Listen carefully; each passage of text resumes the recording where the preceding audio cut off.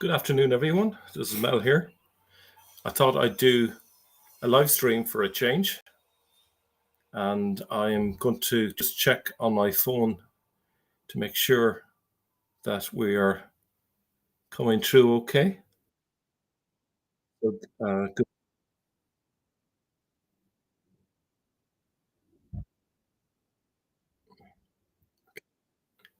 Yeah, it seems to be coming through just fine.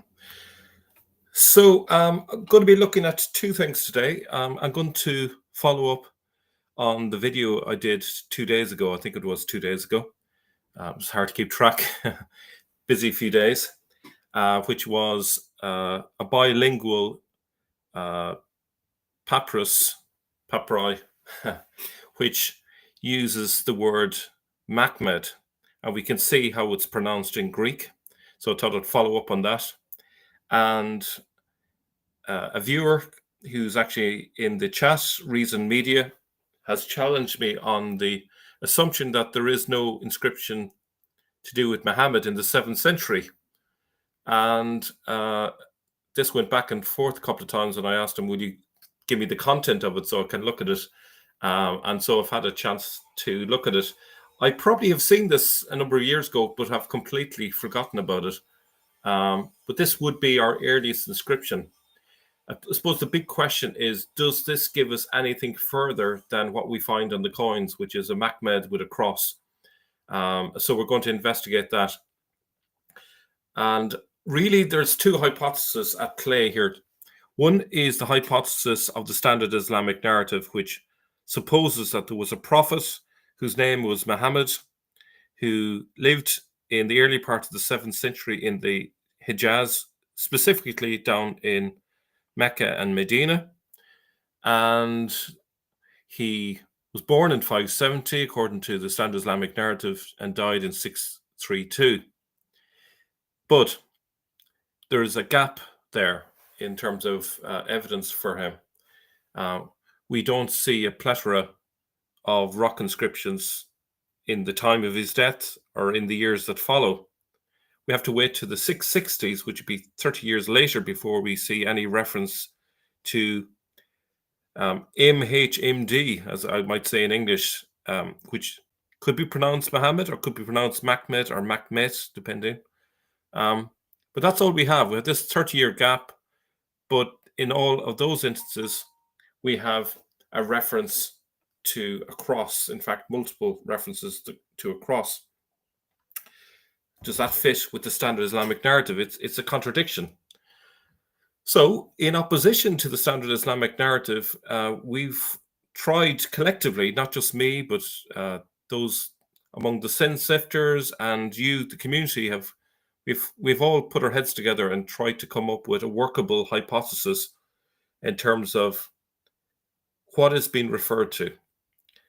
I went down a few rabbit holes, and one of the rabbit holes was the Jewish references to what they believed was the Messiah. And that, of course, we have to repeat ourselves because not everyone knows of this, but there are lots and lots of Jewish references to Nehemiah ben Huziel, the Jewish leader, the exilarch, being killed in Jerusalem, believed to be 617 AD. And these references to him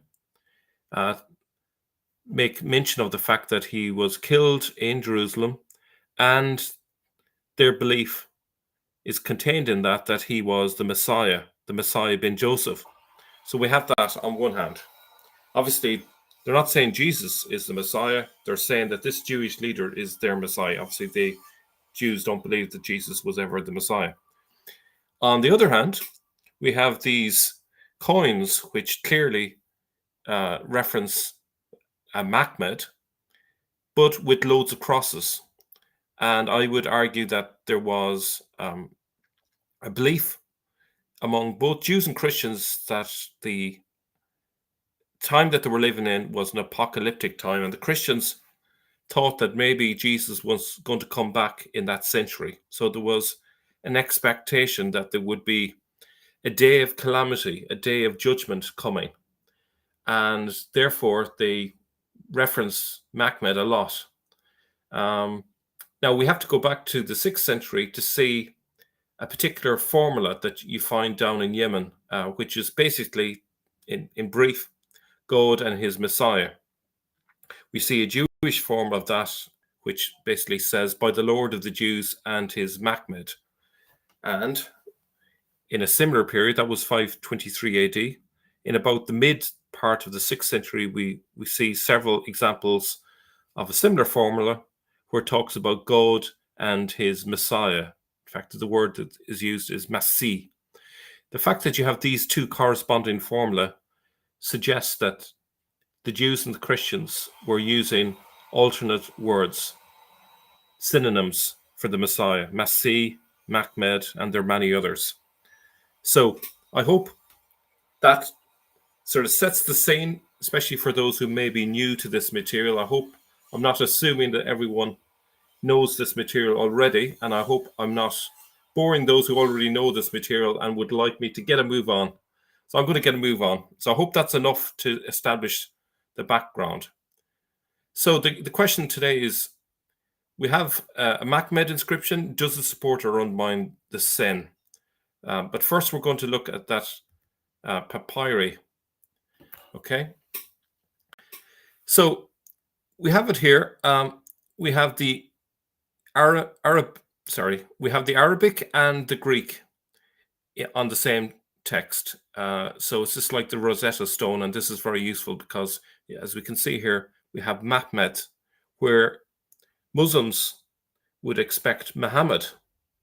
Okay, so this is direct proof that in the year 705 to 715, we don't have an exact year of this papyrus when it was written, but in that period, the early part of the 8th century, they're giving the Greek equivalent to Mahmad as Mahmet.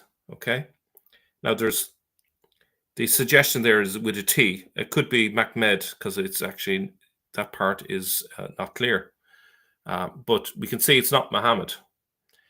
Okay, so how are we doing with the hypothesis? Well, I would suggest that our hypothesis scores 1 for that one, and the sin gets a 0, because we can see clearly that our hypothesis is being supported with direct evidence from the early part of the 8th century. There's no question. Now, we missed something, and the bit near the top there has been underlined, and the reason why it was missed is, while I can read a little bit of Greek, and I haven't looked at Greek in quite a while, but I missed it, and we had a viewer that pointed out that there is a word there.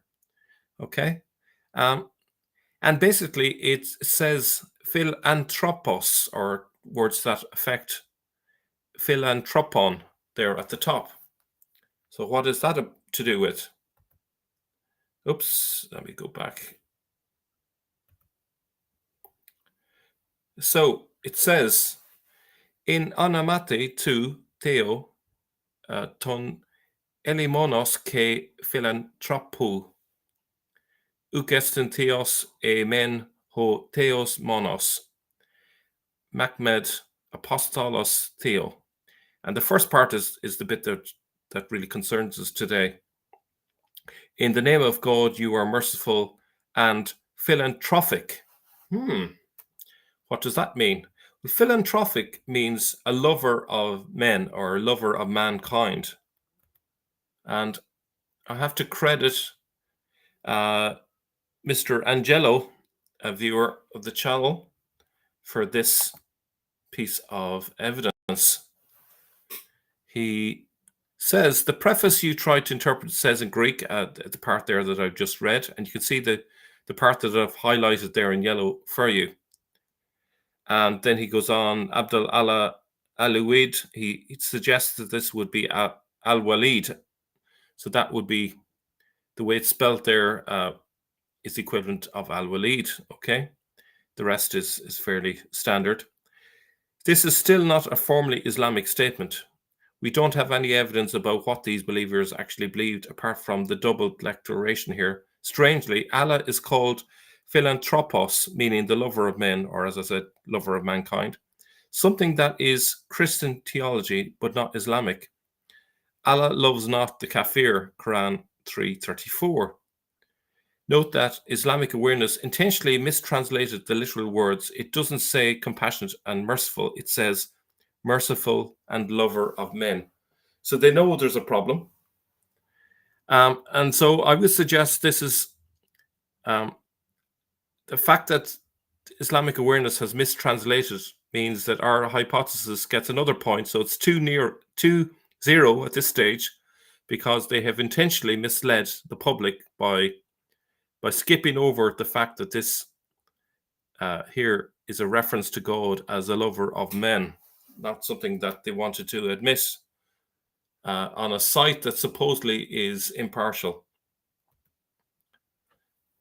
So let's go into it a bit further. So Allah is described as a lover of men, which fits best with Christianity. It is very much related to a similar word used in the Bible about Christ. I looked up the word in Bible Hub, and this one really stands out. Okay, in philanthropia, and the rest Effie Fanin Ton, Titus 3:4. Our Saviour and his love for mankind appeared. Our Saviour and his love for mankind appeared. So you can see that in context, this word in Greek, which means lover of mankind or lover of men, is used to do with Christ. So it's a biblical term. It's used about Christ. It's not used about an Arab prophet, obviously. So that's a problem. I think I would count that as 3-0 if we're keeping tabs of the score here, because we got a biblical support for. Maybe the Muslims watching might think it's conjecture, but I've now given an additional piece of evidence here. Again, contextually, Christ, who the Bible describes as philanthropou, the lover of mankind, is also called here the Mahmad, the apostle of God, i.e. the one sent by God. So we're seeing a lot of overlapping pieces of evidence here. We are seeing that Muhammad, the word, is not being given as Muhammad. It's been given as Mahmad, so that's a problem. The apostle of God, and it's also talking about Allah being the lover of men, which in the Bible refers to Christ. Okay, so there's so many levels at which this is totally undermining the standard Islamic narrative. Now, in addition, our viewer, Mad Heretic, also gives us a note about the word apostle, also connected to angel. So I've argued that Rasul Allah means messenger of Allah, but also angel of Allah. But we see that even in the early days, they are willing to give the word apostle as a translation. So why is that? Why is there like a triple meaning there for the word Rasul? Well, Exodus 23:20 there gives us a suggestion. Behold, I send. Okay, so you can see there apostello, which is where the word apostle comes from. So that's the word in Greek, I send. An angel, Eli Elon, okay? Eli Elon. Before you to guard you on the way and to bring you to the place that I have prepared, okay? So you can see that the word apostle is connected with the idea of sending a messenger, sending an angel, okay? John 6:29, Jesus answered them, this is the work of God, that you believe in him, whom he has sent. Okay, so the word apostle, or the word in Greek that's where the word apostle comes from, is being spoken about Jesus. Jesus is basically referring to himself as the one whom God the Father has sent. Okay, this is the work of God, that you believe in him, that's Jesus, whom he has sent. Okay, who God the Father has sent. So we can then look back. Let's go back one more to this slide again. Okay, maybe we go one more again. back here. So you can see here that we have Mahmad Apostolos Theo. Okay, the assumption is Mahmad refers to Jesus. That's our hypothesis. Sent by God, essentially. He is the one sent by God. Okay, that fits with Jesus. Contextually, again, it comes from the Bible. Okay, we've seen John's Gospel there. We also saw that in the letter to Titus, this word was being used again for Jesus. Do you see how there's so many overlapping pieces of evidence, but it doesn't fit with the standard Islamic narrative? These are Christian terms being used about Jesus, and Muslims have got it mixed up because, of course, the Abbasids changed the story in the 750s, and then it's been forgotten, but the evidence is still there, thankfully. All right. Okay, so with that out of the way, let's move on to an inscription said to prove a historical 7th century Muhammad. Okay, so I've been arguing that there was a debate between Jews and Christians about the Messiah, who is termed the Mahmad. Okay, we saw the Jewish inscription from 523, where Jews are referring to their Messiah as the Mahmad, and it has we can trace the meaning of that word all the way back to the Eucharistic, which means the desired one. Okay. And then Christians obviously are using that term for Christ and putting it on their coins from the 660s onwards, as we said, with crosses and so forth. Okay. But there is a rock inscription, one that I think I've seen this several years ago. I completely forgot about it. It's from 691. And obviously, the claim is that this proves a historical Muhammad who lived in the early part of the 7th century. So it's a big claim, but does this inscription actually say that? And does Islamic awareness translate the text accurately? Or does it fudge the translation in order to mislead the public? We'll see. Now, so here is where it all came from. So, Akan Dijiba, if I'm saying your handle correctly, a number of times has made reference to this tombstone. Eventually, he shared the content of it. He says, "This source below, which somehow you didn't present, but chooses to skip." No, I didn't choose to skip. I need to be made aware of it. I may have seen it a number of years ago, completely forgotten about it, and always willing to look at evidence. And use the one in the video as if you're not using the same website. Okay. So I think the claim here is because I've used a particular page of the website, somehow I'm expected to be aware of every single page on the website, which is kind of an unreasonable expectation. If you reference a page in a book, it doesn't necessarily mean that you've seen the whole book. I haven't seen the whole of the website. Now, that could be a good thing to do, and hopefully I will get around to going through Islamic Awareness website. So you've invited me. I will do that. You may regret encouraging me to do that, because I am sure I will find a lot of other evidence that will undermine the standard Islamic narrative. Okay, so with that out of the way, what does the tombstone say? Okay, so, and what is it about? So it's the tombstone of Abasa bint Juraj, 71 AH or 691 AD. All right, that's the main key thing. It's a person who is the daughter of a person called Juraj. Okay, and it's relatively small, 30 centimeters by 58 centimeters, and the translation, according to Islamic Awareness, is the following: "In the name of God, the merciful, the compassionate, the greatest calamity of the people of Islam, Islam, is that which has fallen them on the death of Muhammad the Prophet." Now, again, the inscription doesn't have vowelization, so they are inserting Muhammad where really, if they're honest and they're looking at the other evidence like Mahmad, And the same website is aware that in the Greek equivalent, they were using the word Mahmad, but chose again to insert Muhammad, despite the fact that it was being pronounced as Mahmad or Mahmet. But what about this bit, on the death of? Now, that would be, if it were true, that would be rock solid evidence that there was someone in the 7th century that people thought was the Mahmad. Okay.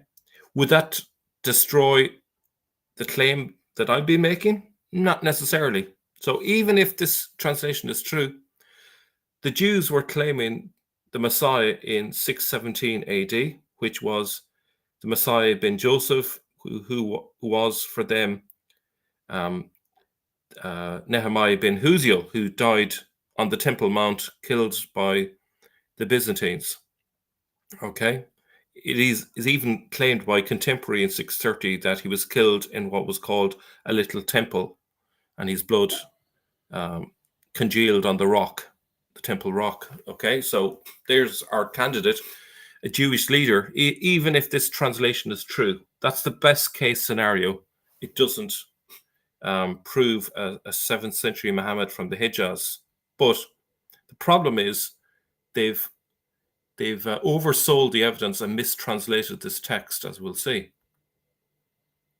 Oops, I've done that again. Let me go back. So if this translation were true, then this would indeed be bona fide evidence, if ambiguous. A little bit ambiguous, but it could be at least good quality evidence. Okay, so we can see it's on the Islamic Awareness website. It was originally composed in the year 2000 and then modified in 2013. I wonder why. Maybe it was something insignificant, but it was modified. So here is the inscription, okay, on the left, and it's transcribed there on the right, and transcribed faithfully, I would think. Okay. Now, the contents of it, according again to the Islamic Awareness website, the translation is given here.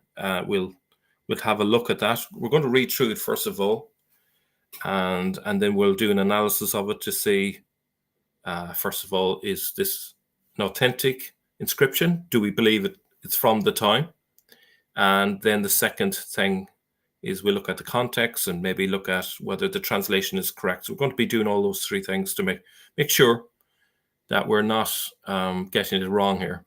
So the translation of the inscription is, in the name of God, the merciful, the compassionate, the greatest calamity of the people of Islam, al-Islam, is that which has fallen them on the death of Muhammad the Prophet. Now, that's a big claim that's been given there in this section there underlined, which has fallen them on the death of Muhammad.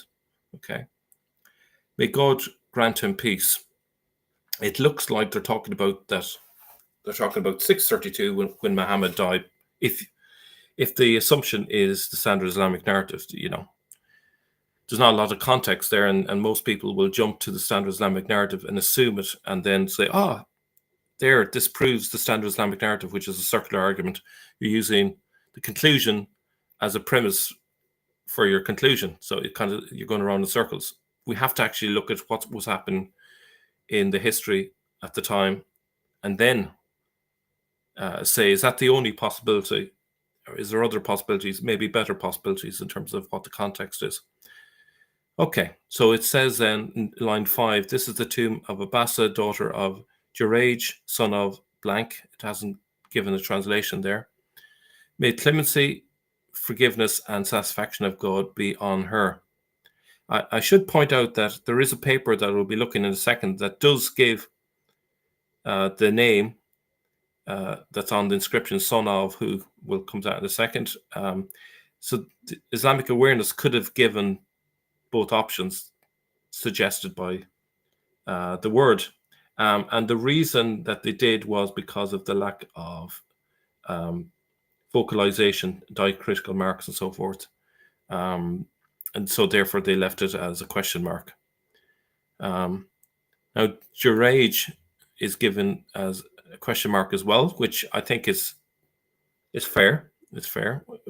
So there's a certain diligence there in line 6. So I would give a mark there, a positive mark towards Islamic awareness there for honesty in line 6, certainly. Okay, so I'd put a question mark myself on their translation line 3. So there's kind of 1-1 there on that one.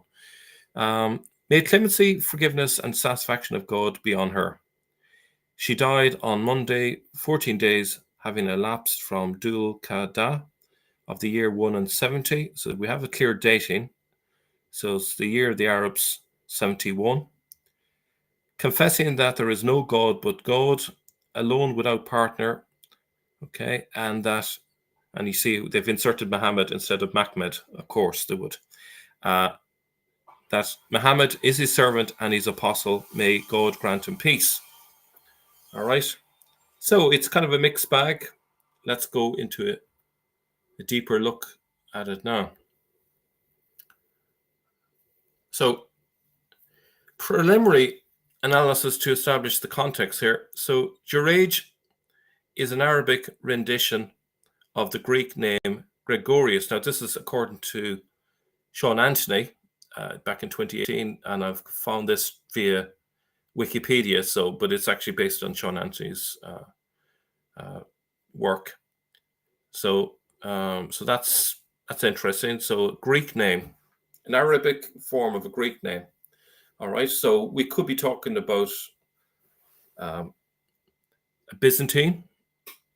We could be talking about Coptic Christian, perhaps. We'll look into that in a second.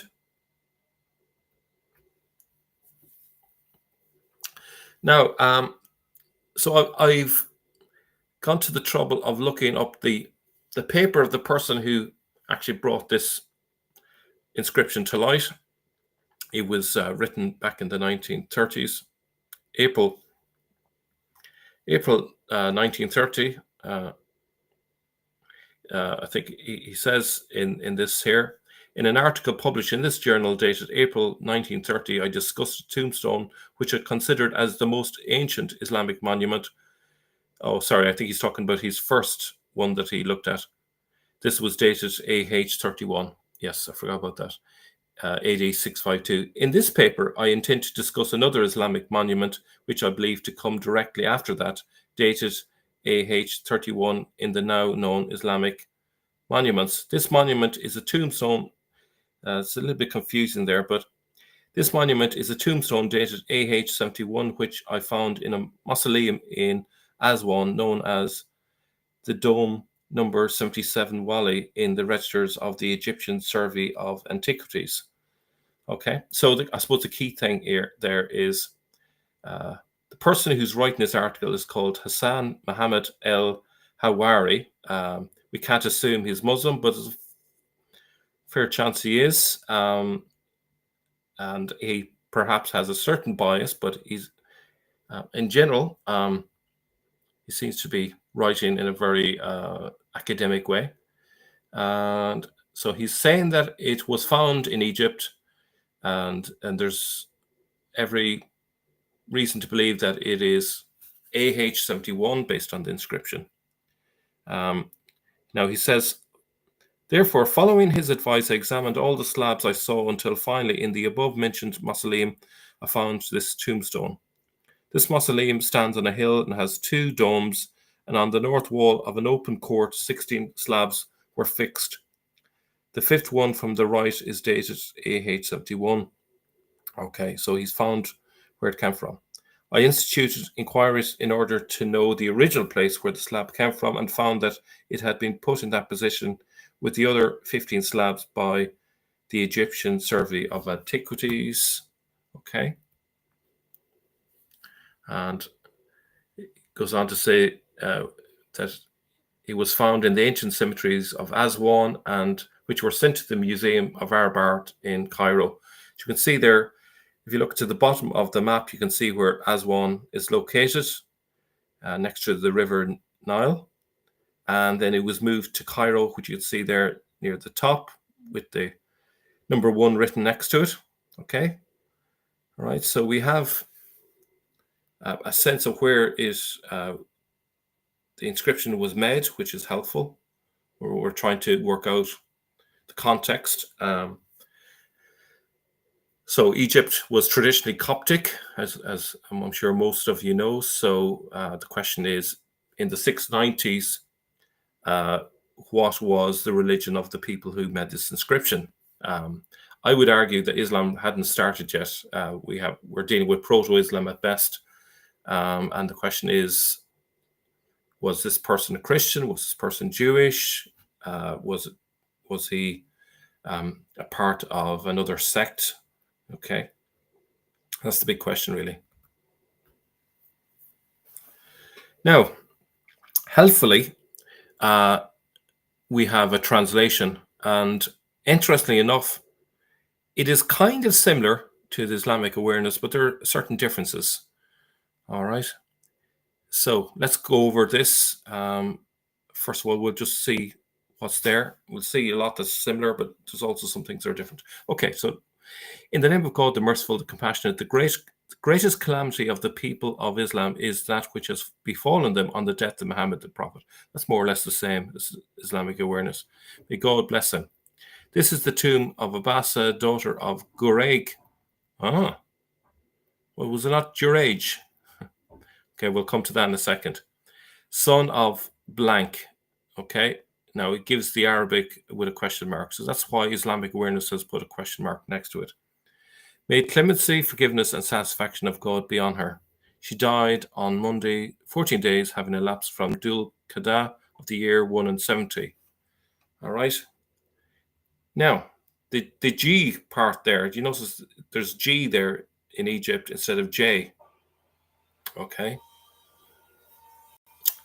The discrepancy in names is because the G and J swapped over time, same as when Hag became Hajj. Now, what's interesting is there are still parts of the Arab-speaking world which retains that. Okay, in Egypt they still are using the original. Okay, the G instead of J. Okay, it's swapped around in most other places. I hope I've spelled swapped correctly. It might be an A there, so apologies if I've misspelled it. Now, so that's that one. And then the translation goes on, confessing that there is no God but Allah alone, without partner, and that Muhammad is his servant and his apostle. May God bless him. So again, he, back in the 1930s, also put Muhammad instead of Mahmad. And we can perhaps forgive the scholar for putting in Muhammad because not many people questioned the standard Islamic narrative back in those days. And the script itself looks authentic for the time. So this is found in his paper, The Arabic Alphabet from the Tombstone. So that's helpful. And from my limited knowledge of inscriptions, I would say that's an accurate inscription. So if this was a forgery, I think it was a pretty accurate one. So we have no reason to doubt it as coming from the time it claims to be. Yeah, so I think I'm happy that the lettering is as you'd imagine it to be from that time. All right. Okay, so I hope everyone has had a good look at that one. We're going to move on. Oh, just maybe point out that this one here, the kind of like a circle with a line through it, if I remember correctly, would be the form for the aim of Mahmad. Okay, that's and that's the form that's given in the text. Oops, I've done that again. Let me try that again. So by comparing the letters of this slab, according to the paper, which are shown on plate 1 with those of the other monuments from Abd al-Malik's reign, we find a great resemblance. So that's reassuring. Okay, so we're kind of confident that it's from the time. Moreover, the archaism of this tombstone is proved by the following characteristics of some of the letters thus. So I'm going to just very quickly just refer to the different things that indicate it's consistent with the time. That's the sort of evidence we look for. In most of the single aleph, like those of El Hajri's tombstone, there's no side appendix. All right, whatever that is, I'm sure Arabic speakers probably know better than me what that refers to. But anyway, that's a tick in favor of it being from the time. The letter dal in the words, I'm going to say that first word is sad, and there's various other ones there, is similar to the modern dal, with the only difference that the horizontal side lies on the line and not above it. Okay, so good. Number 3, the letter ein, whether median or terminal, is open from above like the letter V, as in the words blah, blah, blah, and blah. Okay, this also shows resemblance to Hajri's tombstone. So, okay, that's good.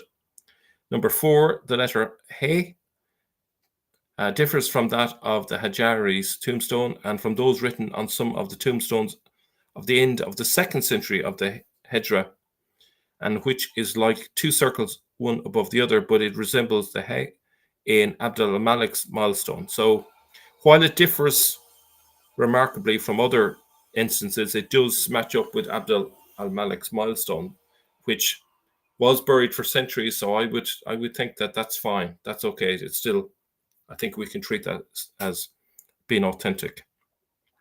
So do I think this was a forged inscription? I think from all the internal evidence and also from similar inscriptions found from the time, I think we can have a reasonable level of confidence that this is authentic. So that's fine so far. So we're happy with it. From what we can tell, it doesn't look like a forgery. Okay.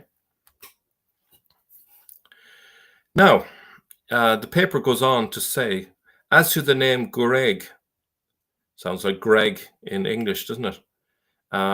There is some doubt whether the last letter is, and they're the 2 forms, is a G or J. But I think that the game is more probable, since blah is diminutive of George. So it's equivalent to Georgie, I presume. I believe this is to be so because most of the people of Upper Egypt were Christians. Now, of course, this is written from a Muslim perspective, who were converted to Islam. That's an assumption, not necessarily proven. And I have not met with any reference to the name Jurej. If we take, and apologies if I'm getting it wrong, if we take blank as the right name, then it follows that the name Sad should be Sad and not the other. Okay, because the father of Gureg, a Copt, should have a Coptic name. Now, that word son of blah, I had to look this one up, okay, to see how it's pronounced. So I think I have that next. No, let me just skip to it just to make the point. I will come back to this in a second. Hope I have it here. No. Sorry, I'll come back to it. No, maybe I've forgotten to put it in. But anyway, I checked that out, and the word that I found was sad. So it's son of Sad. So Georgie, son of Sad, is who's been referenced there in the inscription. Now, it is, of course, a conjecture that this was an ex-Christian as opposed to a Coptic Christian. Okay, so because what's guiding the interpretation of the inscription is the standard Islamic narrative that basically says that Islam was fully formed in 632, swept into Egypt, and or largely everyone, was converted to Islam, and so therefore this person couldn't be a Christian, had to be a Muslim. Okay. That's despite the fact that we have all of these inscriptions with Mahmad with crosses, from the 660s all the way up. And we've seen already that Abd al-Malik had coins which were deeply Christological. So we can forgive Hassan Muhammad el-Hawari for assuming the standard Islamic narrative. The translation offered by Google Lens is markedly different, however, to that offered by the paper. Here is what he says. It says, in the name of God, the merciful, the compassionate, the greatest calamity of the people of Islam is that which has befallen them on the death of Muhammad, the Prophet. But does it actually say on the death of Muhammad, the Prophet? Well, you can check for yourself. If you use Google Lens, you'll see that it gives this translation. In the name of God, the most gracious, the most merciful. Indeed, the greatest of the calamities of the people of the peace is their calamity with the Prophet Muhammad. You see that? There is no reference to the death of the Prophet. It's just talking about the calamity with the Prophet Muhammad, which could be anything. Could be anything. And it's kind of like a truism. The greatest of the calamities of the people is their calamity with the Prophet. It's not past tense as well. It could be what's yet to come. It could be currently in the 690s, or it could be something in the future. It's not clear. So they've assumed it's past tense. They have put in the death of Muhammad, even though it doesn't actually make any reference. I've double checked with Murad, who says no, there's no reference to death of anything there. Now, it's also important to point out it's assuming the word Islam there, which means peace. So it could actually mean the people of peace, which again could be Christians, could be anyone. Peaceful people, you know. So they're jumping the gun quite a bit there in terms of translation. And number 4, may God's prayers and peace be upon it is another issue, which I'll talk about a little bit later. But I think the biggest problem there is it doesn't talk about the death of Muhammad. What it does talk about is the calamity with, and it should be the Prophet Mahmad, or Mahmad the Prophet, okay? The Nabi, okay? Mahmad, which could be talking about Christ. It could be about Christ to come. It could be talking about the Jewish Mahmad, or at least the person that the Jews thought was Mahmad, who died in 617. Could be that. It's very ambiguous. So we have to be honest here. It's very ambiguous. We can't just assume the standard Islamic narrative is the only possibility here. But I'm going to argue here that there's enough internal evidence here to suggest that the hypothesis that I'm going to propose today is a better one than the standard Islamic narrative. I may not be 100%, or may not be able to give you 100% proof, but I can argue at least that this is a better hypothesis based on the evidence than the alternative, which is the standard Islamic narrative. So that's the situation we're in. I'm going to show you why I think it's a better hypothesis in just a moment. Okay, so the first point is, let's read it again. Indeed, the greatest of the calamities of the people of the peace is their calamity with the Prophet Mahmad. Now, Google Lens is great, but it's not aware of Mahmad. It's inserting vowelization based on patterns that it's used to seeing, of course. So it's not familiar with Mahmad or Mahmad from the 7th century. If we were to look at words that we speak today and were to read them from the 16th century, we'd probably be saying them wrong, like Shakespearean English. If we were to actually read them the way they were said in the 16th century, it would be very different. So that shouldn't be a surprise that it's Mahmad and not Muhammad.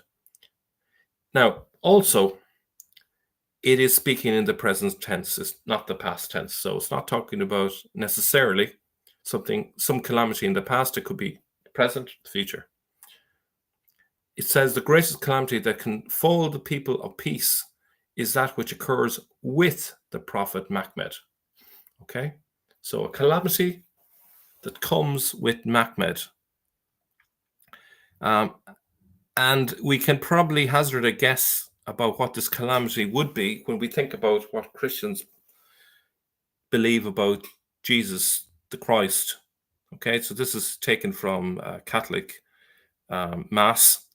We proclaim your death, O Lord, and profess your resurrection until you come again. So this calamity could relate to the return of Christ. What calamity could that be? Why would the return of Christ be a calamity for Christians?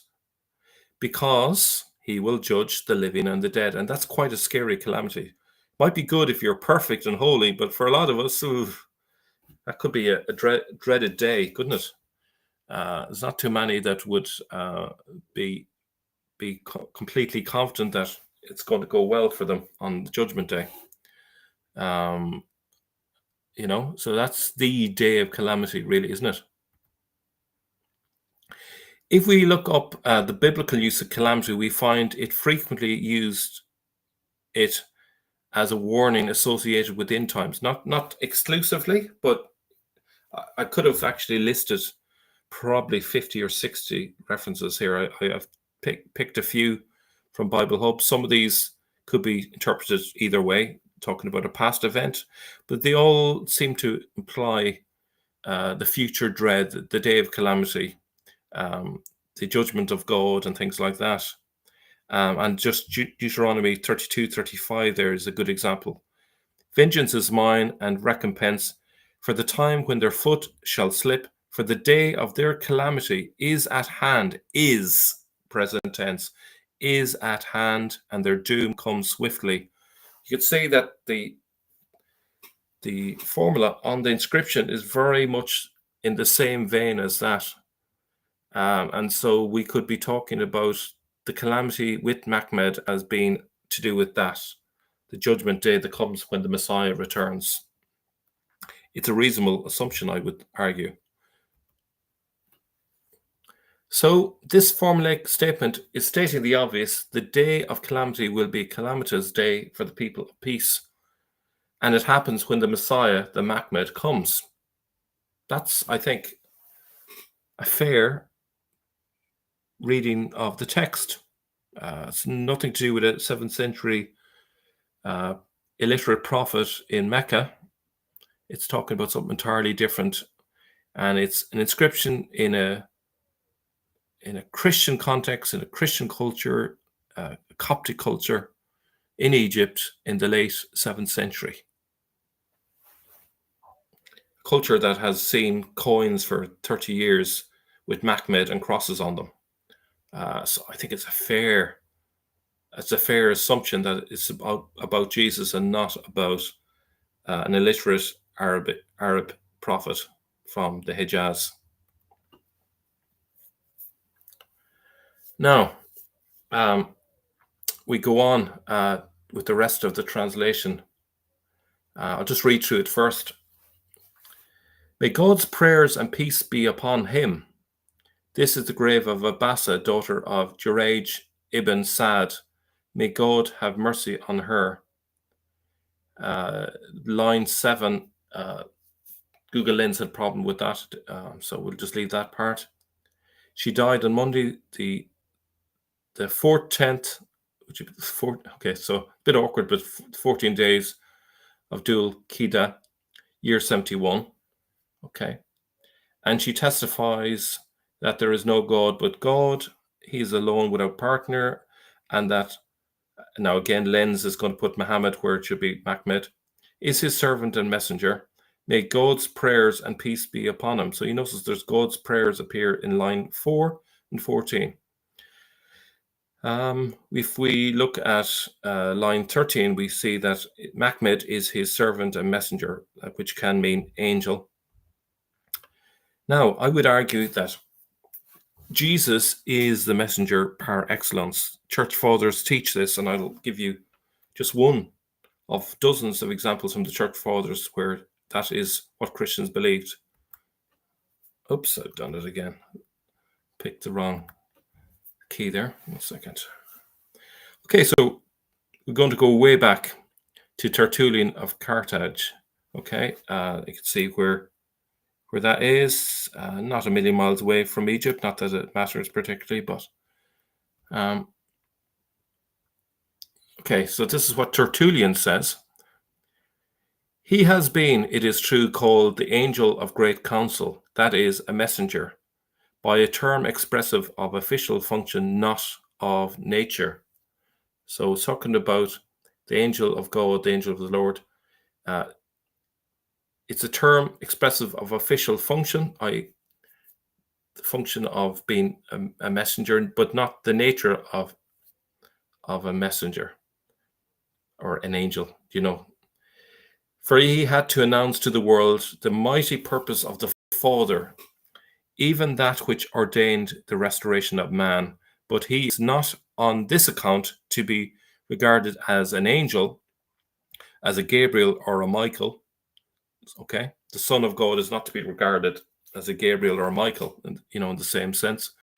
For the Lord of the vineyard sends even his Son to the laborers to require fruit, as well as his servants. Yet the Son will not therefore be counted as one of the servants, because he undertook the office of a servant. I may then more easily say, if such an expression is to be hazarded, that the Son is actually an angel, that is, a messenger from the Father, than that there is an angel in the Son. I hope that's really clear. For as much, however, as it has been declared concerning the Son himself, thou hast made him a little lower than the angels, how will it appear that he put on the nature of angels, if he was made lower than the angels, having become man with flesh and soul as the Son of Man? Okay, so I think we can, if we look back again to this here, say that Mahmad is his servant of God. Jesus is the servant of God and messenger, or he is his angel. He is God's messenger. As Tertullian says, Jesus is angel or messenger in the sense of his office, not in the sense of his nature. So it can fit with Jesus very nicely. All right. Now, so the last little bit is the fact that we see in line 4 and line 14, may God's prayers and peace be upon him. Okay, that's a problem, isn't it? It is, of course, a strange thing that God's prayers are upon him.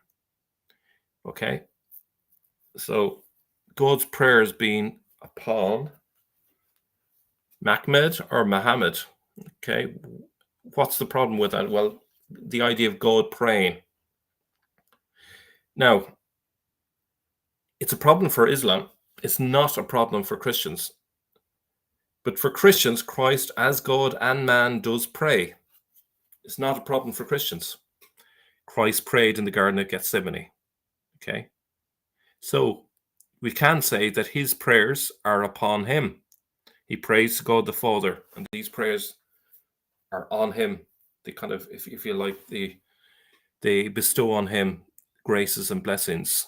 Okay, it's like a mirror that shines back. All right. So it's an odd term, and we don't see it used, but we can say that in truth that God's prayers are upon Jesus, because Jesus prays, and as one person of the Trinity, his prayers bestow graces on himself. Okay. But does it make any sense in an Islamic context? I would argue it makes no sense in an Islamic sense, even though we know that Muslims try and do mental gymnastics to try and get around this problem. Why would a monad God need to pray, and to whom?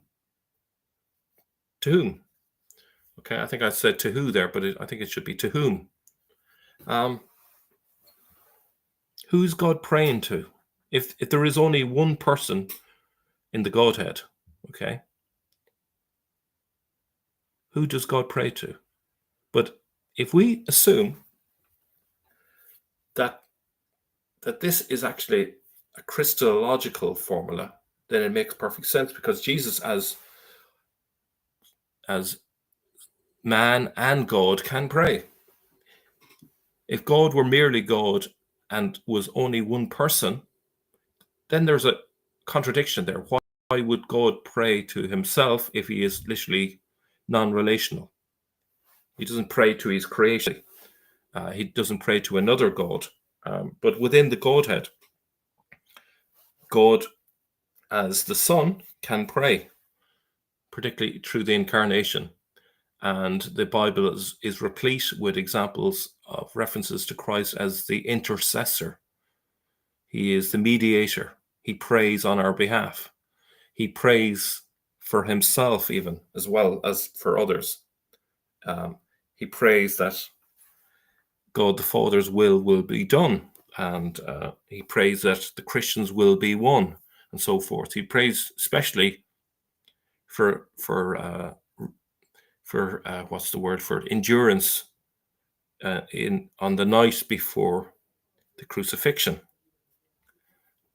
So I think, therefore, that the hypothesis that the 691 inscription is proof for an Arab prophet falls on multiple counts. Okay? We have the problem with the idea of God praying there, and that clearly is a Christological formula. It's an awkward one, but it works within a Christian theology, one that we don't typically see nowadays, but it works within Christian theology. So that's the first problem. The second problem is that Islamic awareness, following probably from that paper from the 1930s, is inserting the idea that it's talking about the death of the Prophet Muhammad, when it says nothing of the fact. What it seems to be is just a straightforward tautology. It's basically stating that there'll be no calamity like the day of calamity when the Mahmad returns, when the Mahmad, which is Christ, comes back to judge the living and the dead. That's totally within Christian theology. So, on balance, I would have to say that this inscription is really about Christ. We have to actually turn to that papyrus that we started this video with, and we can see that there's a reference to Mahmad again, but also that God is a lover of mankind, which is something that the Bible uses in relation to Christ. So I think we are on solid ground, even if our evidence isn't 100% watertight. It's the nature of this that you're never going to get the whole shebang in terms of evidence. You're not going to get the dental records and the photographs and so forth, But this is as good as you get, I think. So I think this debunks this inscription as proof of Muhammad, of the standard Islamic narrative, who supposedly was born in 570 and died in 632. I think this debunks it. It's not enough. It's good that it's Mahmad, but the accompanying theology that comes with it would actually fit with a Christological formula rather than an Islamic one. And I think I rest my case. So that's it. I'm going to go back to you now. Let me see if we can do that. And I'll have a look at the chat here. Apologies, I am not so good on this platform. Let me see if I can figure it out here. No.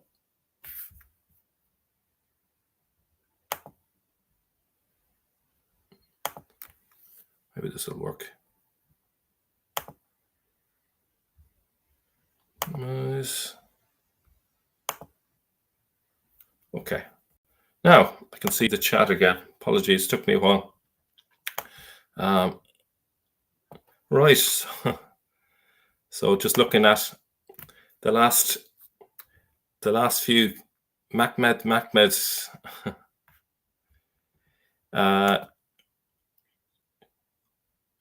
We also have Raison Media, who was the person who actually brought this up in the first place. He says, get help. I think it's not me who needs to get help. I think I've proven the case. The internal evidence doesn't support you. I've been very honest, I think you should acknowledge. I've acknowledged that, yes, it does look like it's from the time, but it doesn't fit Islamic theology. It fits Christian theology. Why would Allah pray? That doesn't make sense. He says, He wants to be made a mod. Are you kidding? Yeah. See what else here. No. So Mahmad or Mahmed really means praise one or messenger, angel of God. Okay, so in terms of its etymology, if we go back to Ugaritic, it means the desired one. And in Arabic etymology, and I don't know why this is the case, but they have taken the etymology of the praised one, which kind of is like a 90 degrees departure from what it meant in Ugaritic and Hebrew before it. I don't know if Islam has created that etymology for it. I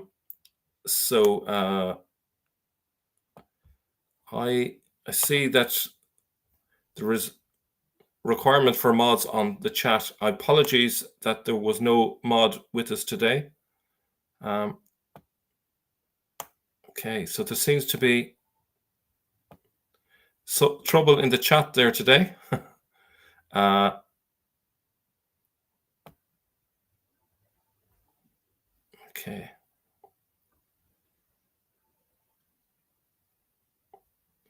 Okay. So Daduza Dude. Yes, we know Islam picked up a lot from Ethiopia, like Tawheed. Yes. Okay, I think that's all I'm going to say about it today. I hope you enjoyed that video. Leave a comment in the chat below, in the comment section below. Tell me what you think. Do you think it holds up? I'm really loving this evidence that we're seeing of late. I think we're closing off a lot of exits or openings for Islam. We're shutting down Islam's arguments. I think we can make a fully rational hypothesis for what happened in the 7th century based on the coins, the inscriptions, the literary texts, and then there are a few questions about some texts, which I think we can investigate those to see whether there are interpolations going on. I think St. John of Damascus, the section on, well, I think it's titled Ismailism or something to that effect, but where it deals with Mahmed. I think that one is interpolation. It looks like it was written after the standard Islamic narrative has been written down in the Abbasid period. So probably a Christian in a later time wrote that down. It doesn't mean that it's not valuable information, because it kind of gives us a window into the Christian response to early Islam from the 750s onwards, but it was written after the death of St. John of Damascus, who his surname is Mansur, which happens to be the name of the first caliph in the Abbasids, ironically enough. So that's it. I hope you enjoyed that video today. I am now going to take a well-earned rest, semi-rest, let's say, for the next few weeks. I'm going on the Camino tomorrow, and I'm going to get away from the channel. I'm going to be focusing 100% on writing the book, finally, without distractions.